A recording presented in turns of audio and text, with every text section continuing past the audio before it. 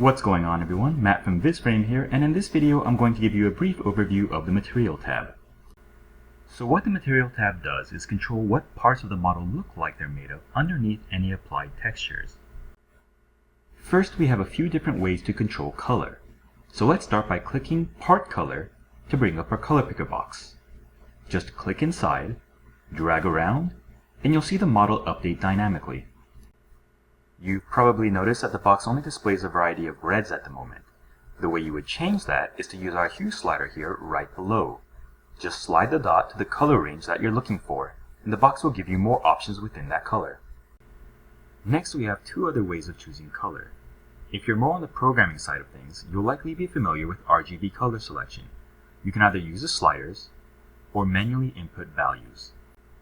To fine-tune your values, you can use the arrow buttons located in the text field, or you can use the up and down arrows on your keyboard. RGB is additive, so maxing out each value would give you white, and zeroing out everything will give you black.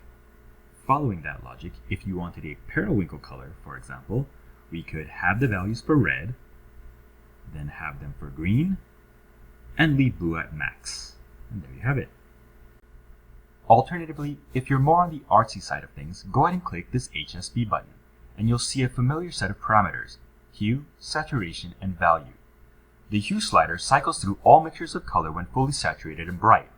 Saturation essentially controls how much of your chosen color is present, so the absence of color would be white. Lastly, value controls how dark the color is, dragging everything into black.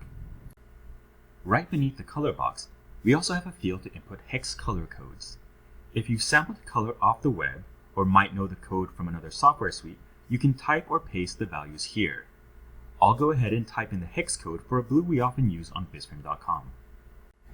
The last two values are metalness and roughness.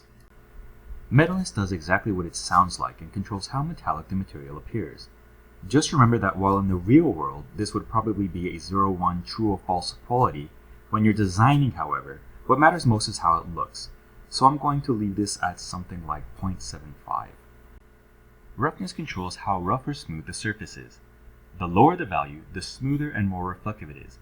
The higher the value, the more diffuse the reflection becomes. I'll set this somewhere around 0.6, which gives it a nice satiny look. That almost wraps it up for the material controls. Thanks for watching, everyone, and I'll see you guys in the next video, where we'll review the grouping section of the Material tab.